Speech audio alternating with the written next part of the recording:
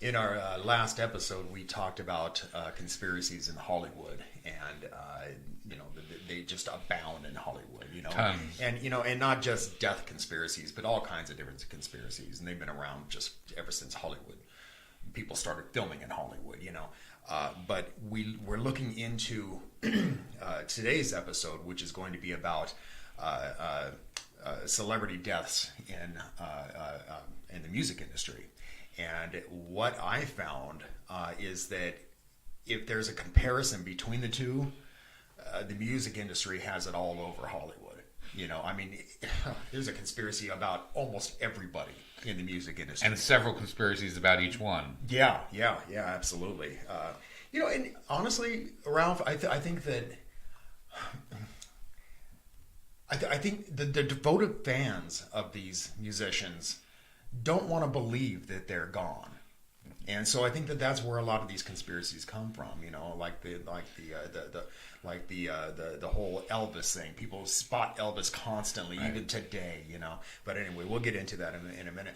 First, before we get into all this stuff, I want to say that we have a new group at Facebook where we talk about Black Lotus related stuff, and it's called the Black Lotus Discussion Group, and you can find that over at Facebook, and the URL's there. I'll drop a link in the description below.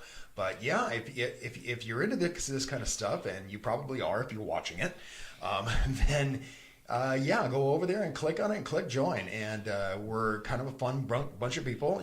There's no trolls or anything like that. Nobody harasses anybody. And lots of people who know lots of things about all the subjects. Yeah. Gavin Lee Davies is there, and Kevin Malik, and we've got several different experts. Laura Lee, who we just interviewed recently. Go over there and have fun with it.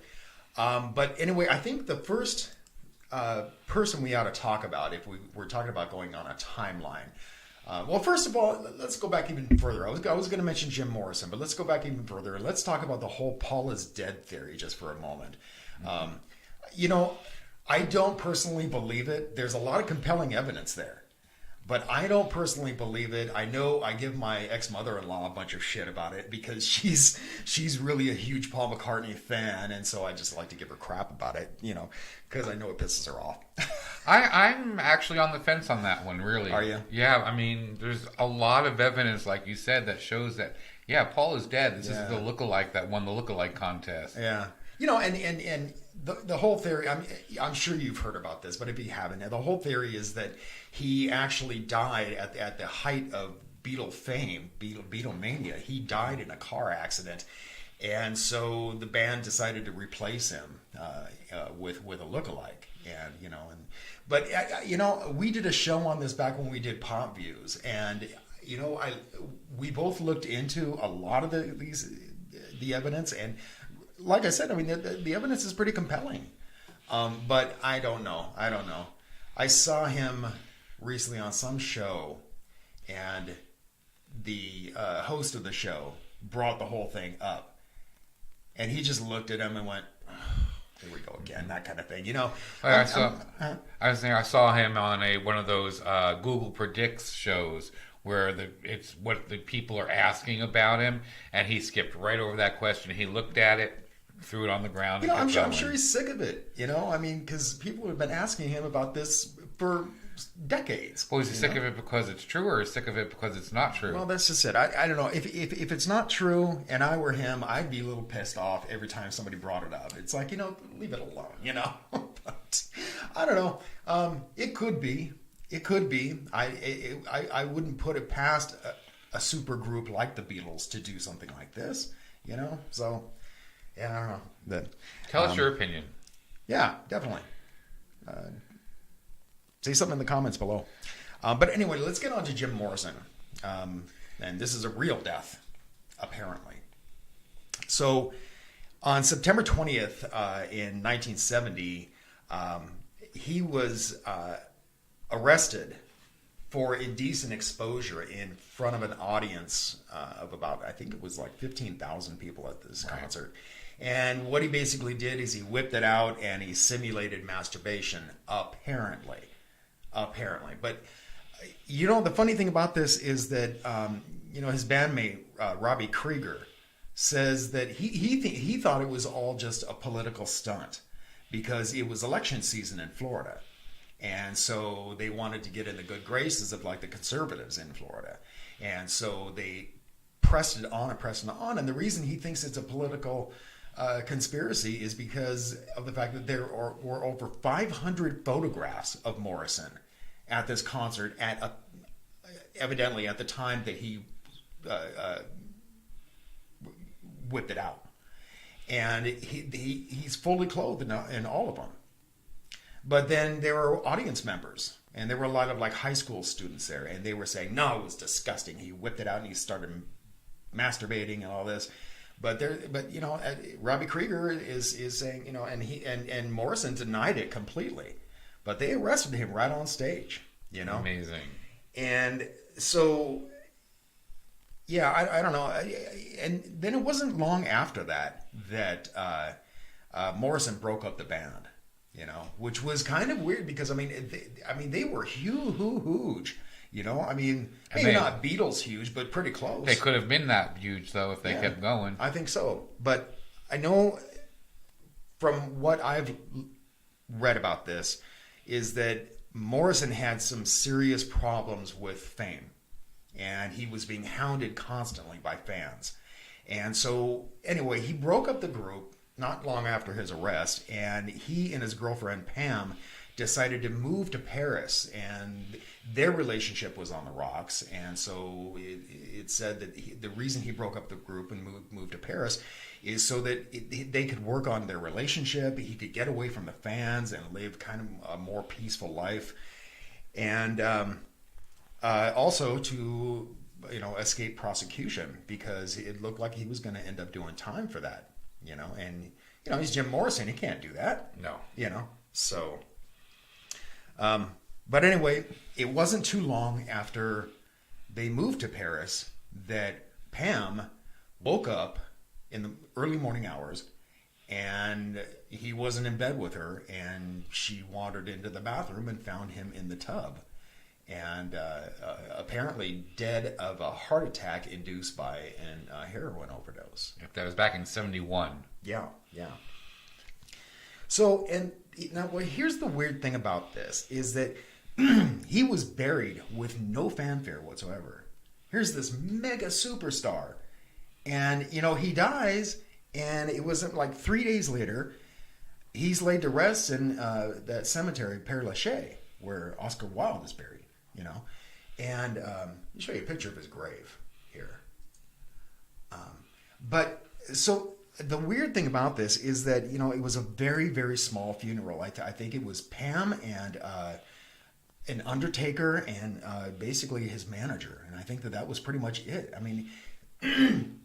Now I understand Pam probably didn't want the throngs of fans around the funeral. I get that. But you'd think that this would be huge news, and it really wasn't. Well, you also until after he was buried. You'd also think they would have done an autopsy before. Right. None was ever done. Yeah. And there's a couple of theories out there. And one is that Pam killed him. And another is that Marianne Faithfull, that old flame of Mick Jagger's, that she had a boyfriend at the time, and he sold him some bad heroin, or maybe too much, a heavy dose of it. And then there's another theory that he just bought heroin and shot up in a bathroom at a nightclub, right? And that he was found there. But all these things it's not as though he was murdered necessarily. It's accidental, death by misadventure, because it was a heavier dose than he was used to taking, Yeah, and the nightclub one, it said that the dealer actually overdosed him and actually gave him too much, and the dealer, not wanting to get caught for this, he's the one that convinced him that he had just passed out. Let's get him into a nice warm bath, because warm baths are supposed to like rejuvenate someone who's having an overdose of heroin. And I obviously failed on him. Yeah. But so they drug him to his apartment and put him in there, and he was found the next morning, like you said. Yeah, I think that that's a very plausible theory, that he may have been sold just a heavier dose than he was used to. They rolled him up in a carpet, toted him out, and like I said, put him in a bathtub. But I think by that time, it was too late. You know, and I can also see the theory about Pam, that Pam had shot him up. But I don't know about that, because why would she shoot him up? He was used to doing heroin, so he would do it. Was there money involved if they had split up? I don't know. Was there a will? Yeah. All the questions that nobody has ever found out or gotten answers to, really. Well, and then there's the other theory, and that is that he faked his own death. Right. And because apparently, and I guess Ray Manzarek, the guy who plays the keyboards in the Doors, he got really pissed off with the manager because the manager stated that he never saw the body. And I guess there was a huge argument. He was like, you don't even know if that coffin was filled with sand. Right. You have no idea. You never saw the body. So, there is a theory out there that he faked his own death, and he's still possibly alive today. One of them is that he was living in New York reading poetry. And I thought, okay, I would think people in New York would really recognize him. Yeah, you'd think. But there's another theory that says he's up in Oregon, and he opened up the Jim Morrison Sanctuary Ranch under the name of Bill Lawyer. Now that one is a little... I'll show you guys a picture of this here. That one's a little more believable. If you look at his nose, it's crooked in the same spot, has the same curve to it. He has the same chin. Same eyes.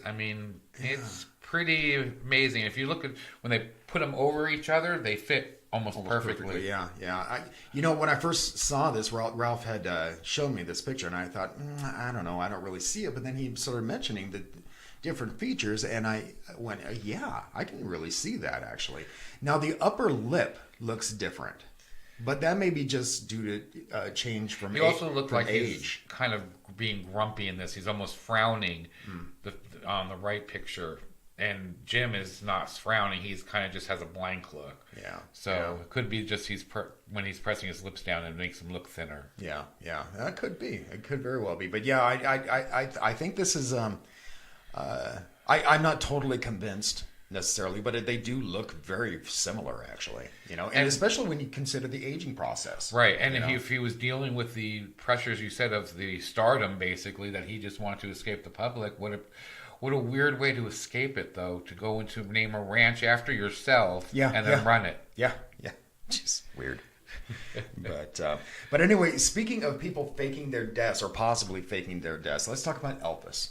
Elvis, oh God, how many times has Elvis gotten seen? Oh my God! It's in the Inquirer every other week still. Oh yeah. But shortly after his death, there was a man in the Memphis airport, and this is how it all started. He saw a man purchasing tickets to Argentina, and he gave the name John Burroughs. Now, John Burroughs is the name that Elvis used to use when he was booking hotels. Oh, is it really? So, the guy looked like Elvis. He says that name. The guy's like, Elvis isn't dead. And we all know what happened. It spread everywhere. Everybody sees Elvis somewhere or another. Yeah. There was a conspiracy theory that he was connected with the mafia. Gail Giorgio wrote a book on Elvis is Alive. And she talks all about it. And that he was actually in the witness protection program because they were going to have to kill him because he helped bring down the mob. Oh, okay. I don't know. Why would they... And I know he was best buddies with Nixon. Right. So there's that government connection. There's always that government connection. But why connection. Would they ask someone as famous as Elvis, can you go do a spy ring for us? Oh, I don't know. I could see that. So, I don't know. She says that Elvis faked his death because he was going to be killed, and there was no doubt about it. Yeah. But there's, like I said, he's been spotted all over the place. One of the places he's been spotted, which I thought was one of the most unusual, is in Home Alone. Yeah. Now, here's a picture of it. Now, with the actual scene, there's a little click of the neck that Elvis used to do. He kind of like twitch his head when he was talking sometimes, and this guy is doing the same exact twist in the actual movie. Really? I don't remember this scene. You had mentioned this, and I thought, oh, and the guy really does look like Elvis. It does. But again, I'm trying to hide, so let's go be in a movie. Well, I think even people that are sick of fame, I think you kind of get addicted to it. So I think that would explain these people who fake their own deaths, kind of thing. It would make a lot of sense because I mean, it's got to be annoying. Well, you think you want to get away from it, but then, you know, I can see severe depression and loneliness happening after you have that level of fame. You know, but. Another one is the one that he decided to go back to Graceland on his 82nd birthday. And it's a picture of him with a white beard. And if you look, there's actually guards behind him on the left-hand side of the picture. Those are all security guards. So supposedly they're there protecting the man in the beard, Elvis himself. And again, I could see an older Elvis looking like that. Possibly, yeah. But if he's supposed to be 82, he looked a little young in there for 82. Yeah. What was that one you were showing me? This thing about the screen door. Oh, that's the gardener at the pool house. Supposedly took this picture, and that's supposedly Elvis sitting back there in the pool house relaxing at Graceland. Now, if I think there's a close-up of it. I don't have. Oh, you don't have the close-up. But this is the enhanced version of it. Right. You can actually see the what do you call them? I want to say mullets, but they're not mutton mullets. chops. Mutton chops. Thank you. You can actually see them on this picture, and he looks like he's wearing a big pair of glasses, like he did. Right. Yeah. So. But it could be anybody. It could, and it could just be that time one of year those things, or that year. Yeah, it could be just one of those things where that's not actually a person. You know, it could be what do they call it? A padilla? Onomatopoeia? I don't remember. Right. Anyway, Yeah. well, you know, like when they see Jesus in toast or something Right. like that. So I mean, it could just be shadows playing kind of weird lights on a screen. I don't know. When I saw the close up, it kind of does look like someone sitting there, but it could be anybody again. Yeah, it's not a great high quality photo. No, it's not really. But yeah, I don't know. I think Elvis is dead. I mean, I hate to say it, but I do too. I think it's one of those things where the fans just can't possibly fathom that their idol is dead, and so they create these conspiracies that, oh, I saw him down the street. You know. Well, again, though. Even if he wasn't dead from when he actually supposedly died, by now he's in his late 80s. Right. So I think there's a good chance even if he was alive at one point after his death, he's still dead. Oh yeah. I think he would certainly be gone by now. You know, most definitely. But so let's go on and let's talk about an actual death, and that's the death of John Lennon. We all know he died. Yeah, he certainly died. He didn't fake that death, you know. I mean, as publicized as that was, when I was a kid, and even today, I am a huge Beatles fan, and especially a fan of John Lennon's. You know, I mean, I like the Beatles, but I've never really cared for Paul McCartney because he was always so bebop, and John Lennon was kind of the jagged edge of the group, I think. Right. You know, I mean. And he when he was always controversial as well. He always spoke up for the government. I mean, against the government. Against the government, yeah. I mean, and you know, back when the Beatles were still together, you know, I mean, the first controversy that I remember is when he stated in a press conference or in an interview that the Beatles were now bigger than Jesus Christ, and I understood what he was saying. That they were. I mean, they were probably more well-known than Jesus was throughout the world, you know, and especially among teenagers who don't look at Jesus Christ as some sort of superstar. Right.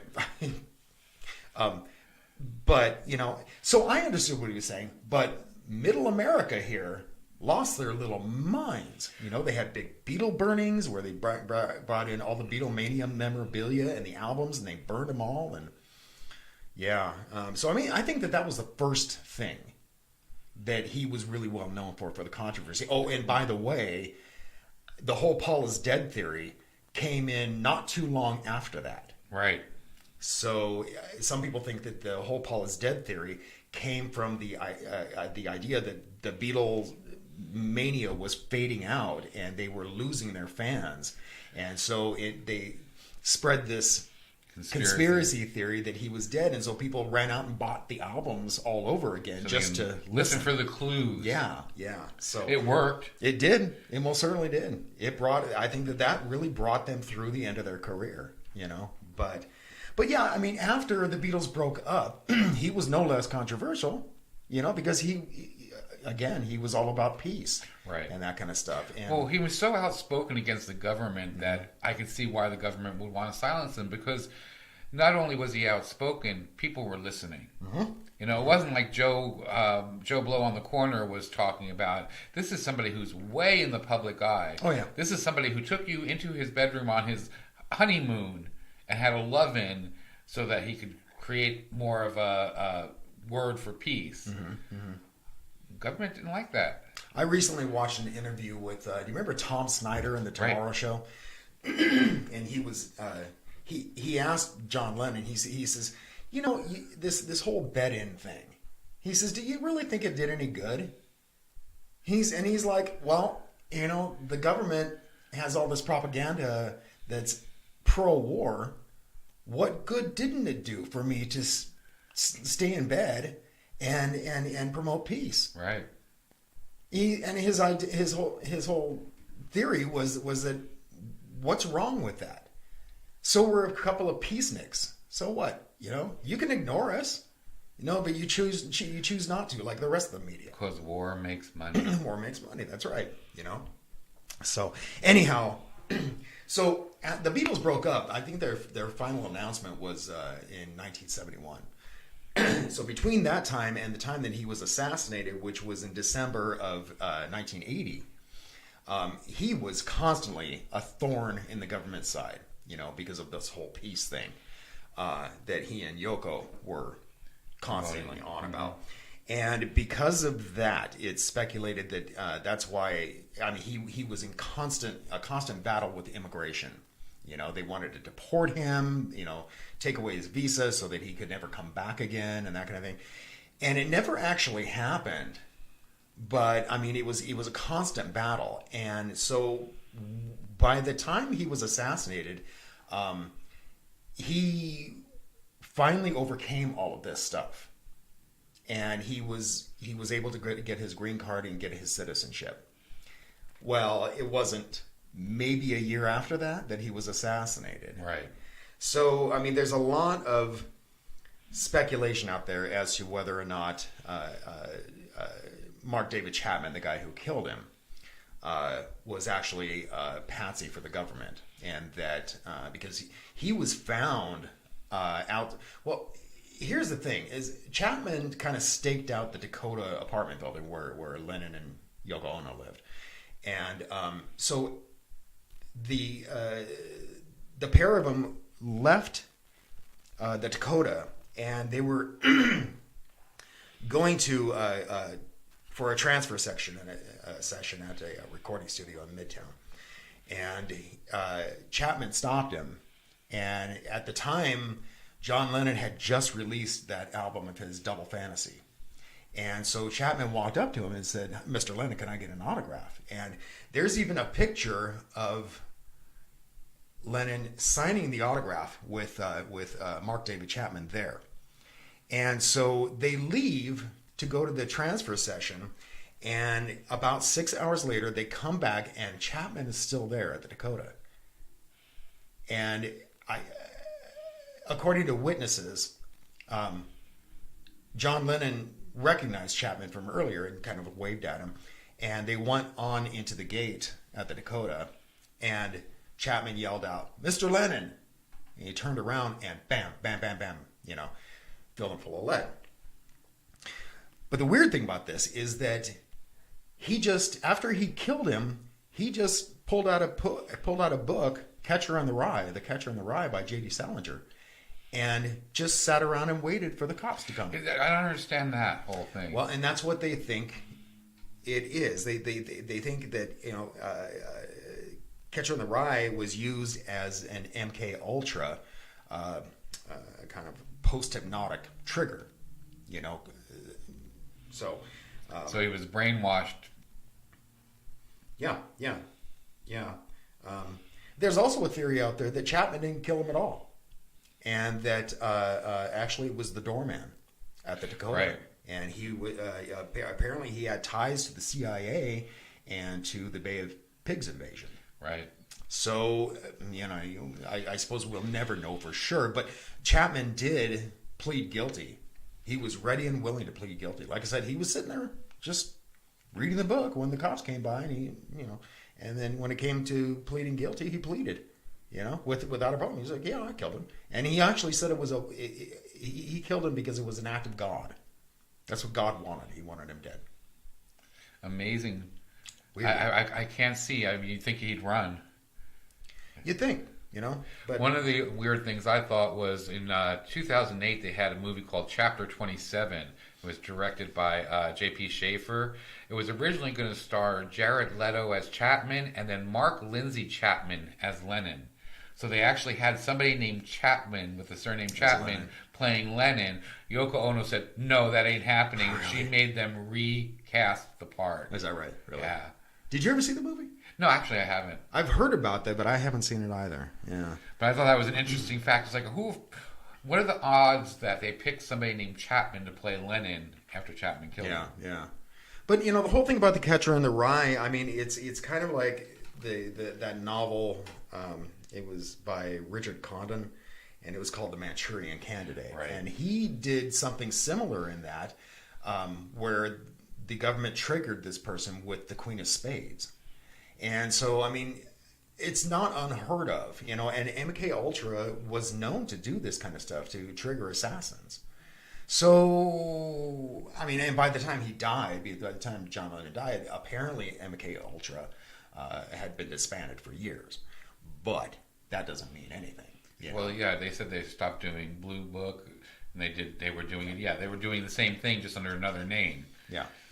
So I don't. When the government says they're not doing something anymore, right? It's like, yeah, right. We'll see. Yeah. But anyway, let's talk about the grand doozy of them all.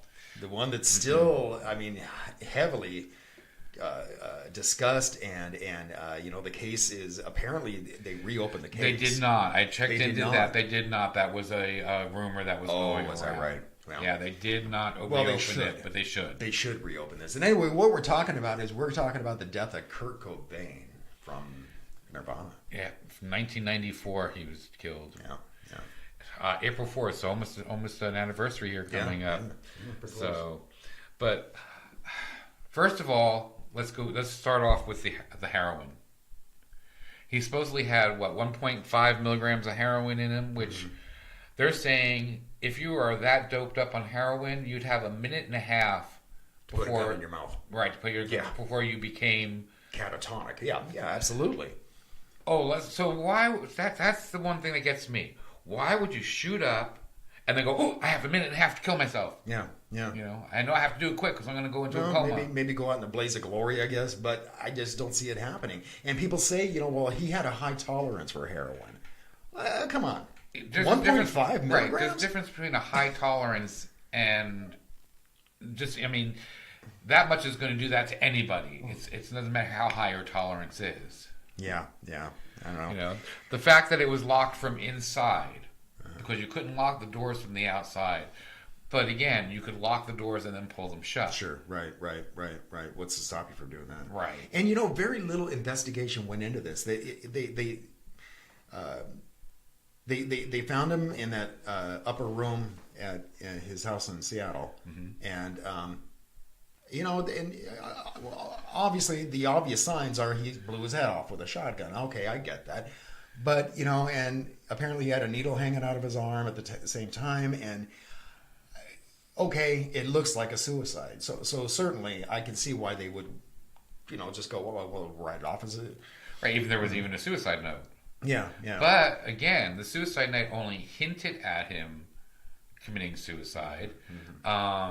The note, in fact, the last part of the note, they think might have been forged. Yeah. Because the writing changes halfway through the note. And they're thinking that somebody added the suicide part to it as a helper to make it convinced that he had committed suicide. That he was actually just writing some thoughts down. And that happens when people are writing something emotional by longhand. When you're getting emotional about something, your writing will change a little bit. However, the writing changed drastically in this. So I can kind of buy that theory that it was, finished off by somebody else. Another thing is that the nanny at the time will admit to saying that there was a lot of arguments about the will. Mm-hmm. Now, Courtney and Kurt were having problems, and he was going to change his will. And that was, the nanny says they talked about that constantly and argued about it. So she had to do that quick before she lost everything, because she wanted control of everything. Yeah. Well, and that's just it. I mean, they could have gotten a divorce, and she would have landed half of whatever he had, and which was, I mean, you're in the millions, or off the dude and take it all. Take it all. Yeah. I mean, I can see this happening. And considering who Courtney Love is and her demeanor, I could see her doing this, or not necessarily maybe her doing it herself, but paying off somebody else. Well, you mean like El Duce? Yeah. He came forth and said that he was offered $50,000 to do it, but he turned it down. Well, why don't you explain who El Duce is? Well, he's just a con man from San Bernardino, I think, right? Thank you. Yeah. I couldn't think of the place. Yeah, right by where we used to live. Yeah. Well, and wasn't he also a performer in L.A.? Yeah, he performed. I don't remember what type of performances he did. He ended up dead, though. He ended up getting hit by a train shortly after that. Yeah, imagine that. Yeah, exactly. Imagine that, right? Yeah. Well, also what came out was that back in Rome in '94, he was in a coma because he had supposedly, according to Courtney, no one else says this, but he tried to commit suicide back then. So this is like a reoccurring thing, and she's... which gives plausibility to the suicide. Right, but only she said that. There's no records. Of course, you can't see doctors' records anyway. So there's no records that are public or made public or that anybody's looked at that says that he tried to commit suicide. Oh, I see. It's just her word against everybody else's. Yeah. Well, and, there's another theory. This is a theory that I happen to agree with, and that is that, she had an affair with Billy Corgan from... Smashing Pumpkins. Smashing Pumpkins, thank you. I was going to say R.E.M. But yeah, and so it's theorized that they did this together, so... I don't know. What I found interesting, too, is that when he did commit suicide, there was a lot of copycat suicides. Yeah. That one's the one I was like... I remember that, his death hit the fans like John Lennon's death hit the fans. I mean... People were devastated. Same thing about Elvis when he died. People were just devastated over this. And, you have this huge young following of Kurt Cobain and Nirvana. And, I mean, they set precedents in the grunge world, and so they had this huge fan base. And a lot of these girls out there killed themselves over this whole thing. I agree with what you just said. They had a lot of control over the kids. And their movement, the grunge movement and stuff, they changed rock and roll history. Oh, yeah. Absolutely. I think he was fantastic. I was really never into Nirvana that much until I saw them do that MTV Unplugged. And I was showed the actual talent instead of the mix. Wow. And I've been a super fan ever since. I just think that they were great. And I'm even a fan of the Foo Fighters with Dave Grohl, And unfortunately, and I was trying to look this up. I was trying to look up some interviews with Dave Grohl about Kurt Cobain's suicide, and I couldn't find a one. So it makes me wonder. And I know he didn't get along with Courtney Love. No. So, but I wonder if the reason you don't find any interviews with him is simply because of the fact that he doesn't want anything to do with her, and he may be afraid for his life. There's a movie right now on Netflix. If you have Netflix, that's very interesting. Kurt and Courtney, it's called. And watch that one. It's a very interesting movie, and it tells a lot about the backstory. Very informative. The people that they interviewed, to me, convinced me more than anything that it's a possibility he didn't commit suicide. Yeah. Well, including her own father, who's published 2 books and has stated that he thinks that she did it. That it's a possibility, yeah. Or that it's a possibility, yeah. Yeah. But he won't say definitely that she did it, but he says that it's a possibility that something was definitely there. And it was pretty bad when your own father's saying, you could have possibly murdered somebody. No doubt, But I mean, let's talk about Courtney Love and her demeanor. First of all, it's not just that she probably wanted all the money. It's that the reason they were having so many problems, Kurt and Courtney, is because of the fact that, he was kind of a laid back kind of guy. I think his whole fame happened by accident. Mm-hmm. He wanted to play music, but I don't think that he intended for Nirvana to hit as big as it did. He was embarrassed by his fame. Yeah. He didn't want to be flashy and do the Hollywood type persona. Yeah, as opposed to Courtney, who, she actively sought out fame and actively sought out him once he became famous. And she sought attention from everything she did. Sure, she was a gold digger. Right, she wanted to be the center of attention. She wanted everybody to know who she was. And he would have rather stayed in the background and just played his music. Yeah, and I think she knew that she would never reach his level of success with her band. Her band was called Hole. Right, and they toured for a while, but they disbanded in 2002. Then they got back together in 2009 and reformed, but then by 2016 they were disbanded again and they stopped. Mm-hmm. Well, and then after his death, suddenly she's a Hollywood maven. And she was fantastic, I have to say, in The State versus Larry Flint. Both of them, her and Woody Harrelson. Right. Just amazing. If you haven't seen that movie, watch it. You've seen the old pictures of Larry Flint and his wife. Right. I can't remember their name. But anyway. But they look exactly like them, and it's just a fantastic movie, and they were both good in it. But I think the reason that she played the part so well is because she was a heroin addict, and Courtney Love, she battled heroin her whole life apparently, So I don't know.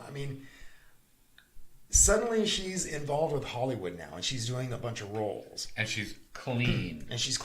Yeah, I don't know. That's why I put the quotation marks up, because I don't know about that either. Yeah.